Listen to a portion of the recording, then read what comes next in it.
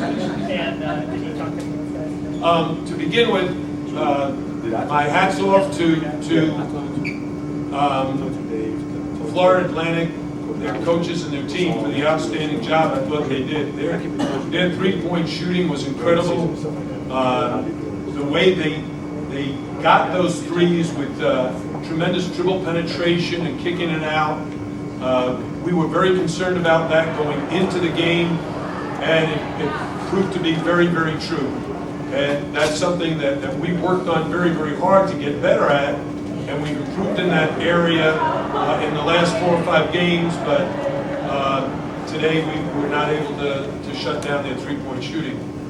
But as Reggie said, I was probably more surprised than anybody that he was able to play the minutes that he did. We wanted to play Reggie and Kenny together, but FAU's three-point shooting ability with 5 guys on the floor that can all shoot the three, it makes it difficult because those guys are used to guarding big guys near the basket. They don't even get a chance in practice to guard something like that. But they did a terrific job together. I thought Durant Scott had a terrific game. We shared the ball very well, 20 assists. Reggie in particular found the open man several times for baskets, and overall I thought our mental toughness in the overtime, it would have been very easy when they made that huge three to put it into overtime for us to be deflated, but I thought we played very good in the overtime and then in the second overtime, and a very nice hard-fought victory for the Miami Hurricanes. Rich said you had that play only 6 or 7 minutes. Were there any apprehension on your part when that thought process started to change? During the game, Any apprehension what you planned?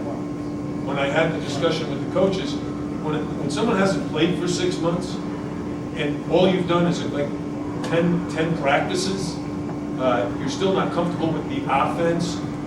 You haven't played with your teammates in a while, and even bringing him back, the first thing we did is we put him with the second unit so he could get some run.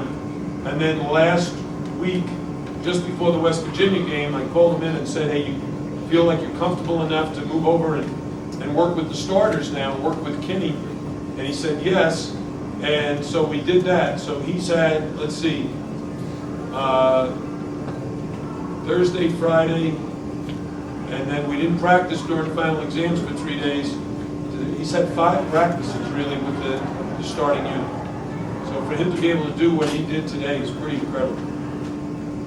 These two teams played each other in March of the U19. How much of that tape did you look at in preparation for these? No, first of all, there's been such a huge transition for our guys.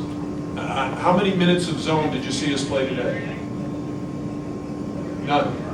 And last year, if you watched the game, they played almost all zone. So it's a different style of play, and it's a work in transition, a work in progress.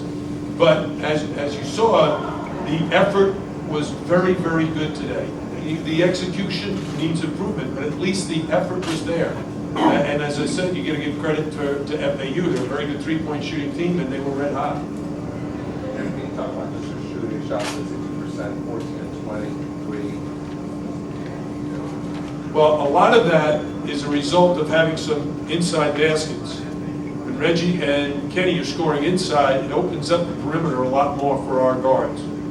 And if we can continue in that direction, we'll have a lot more balance in our offense. As you saw today, we had 5 guys in double figures. Yeah, it's very funny. Ryan was not making a lot of shots about 3 weeks ago, and he did what every player should take a lesson from him as to what you should do. He came in an hour early every single day to get his stroke in rhythm and feel good about himself. And even the other day against West Virginia, Darius Adams was playing so well that Ryan didn't get much time, but he still came in to the gym and worked all week, so he was really ready to play. And it wasn't just his shooting, but his defense was critical. During the time when they took the lead, I put him in, and he corrected that because he made it tough on them to get started several times. Jim, how much freedom do you give Kenny to shoot from long range? Well, what we've learned about Kenny is he's a very skilled guy and he can shoot. Now, he likes to put the ball on the ground some, and we're trying to discourage that because if he just catches and shoots, he makes a very high percentage from 2 and from 3. So it's something we've known. He's obviously feeling good. He obviously likes being able to move away from the basket. Before, when we didn't have Reggie and he was battling in the low post for 30 minutes a game, he was very uncomfortable doing that. So being able to do a little bit of both, go inside some, but know that Reggie's in there to get some attention. What the defense does on Reggie, he sets a ball screen and rolls to the basket. They don't want him catching the ball near the goal, so Kenny's man helps. Kenny's wide open, and he knows he can shoot that. You talk about Amari Greer for FAU. Great freshman, great range on his shot, quick release, very, very confident young man. He got the start when Gant got hurt, and I saw him play when he was in high school, and thought he was a very, very good prospect, and he's showing that he's a very good fit for that three-point shooting style that Mike Jarvis is employing. Did you guys consider fouling at all? Yeah, we talked about it, but we haven't practiced it enough. No, you got to be smart not to foul a three-point shooter. It was 10 seconds to go. If we had to do it over again, we might very well foul the dribbler before he made the pass to the shooter. But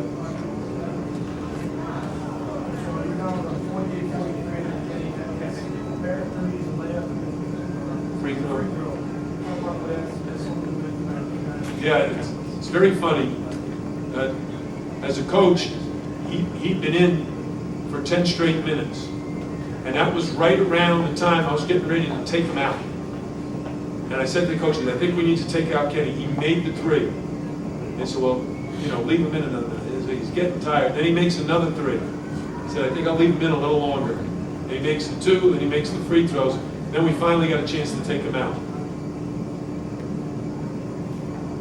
Jim, this was a terrific college basketball game. Yeah, I was very excited. I really enjoyed it. I thought it was a great game. Before the game, I told my coaches, we talked about our matchup with them and how good they are, what they do, and how challenging that would be for us. But I said, it's like a game that might go overtime.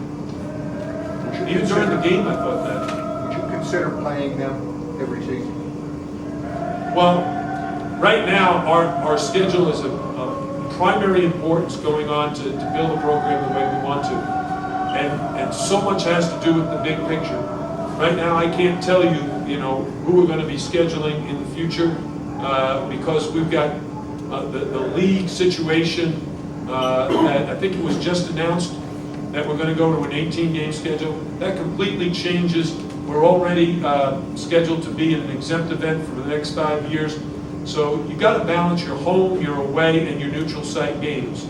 And we'll be doing that. Eric Conkle, my assistant who's in charge of scheduling, he does a fantastic job, and we'll be looking at a lot of elements that lead to a very strong non-conference schedule. I'm very happy with our schedule this year, the way it turned out. We played some very good opponents. If you look back, Mississippi, Purdue, UMass, Memphis, West Virginia, Florida Atlantic, those are 6 very strong opponents for us in a row. Thank you, everybody.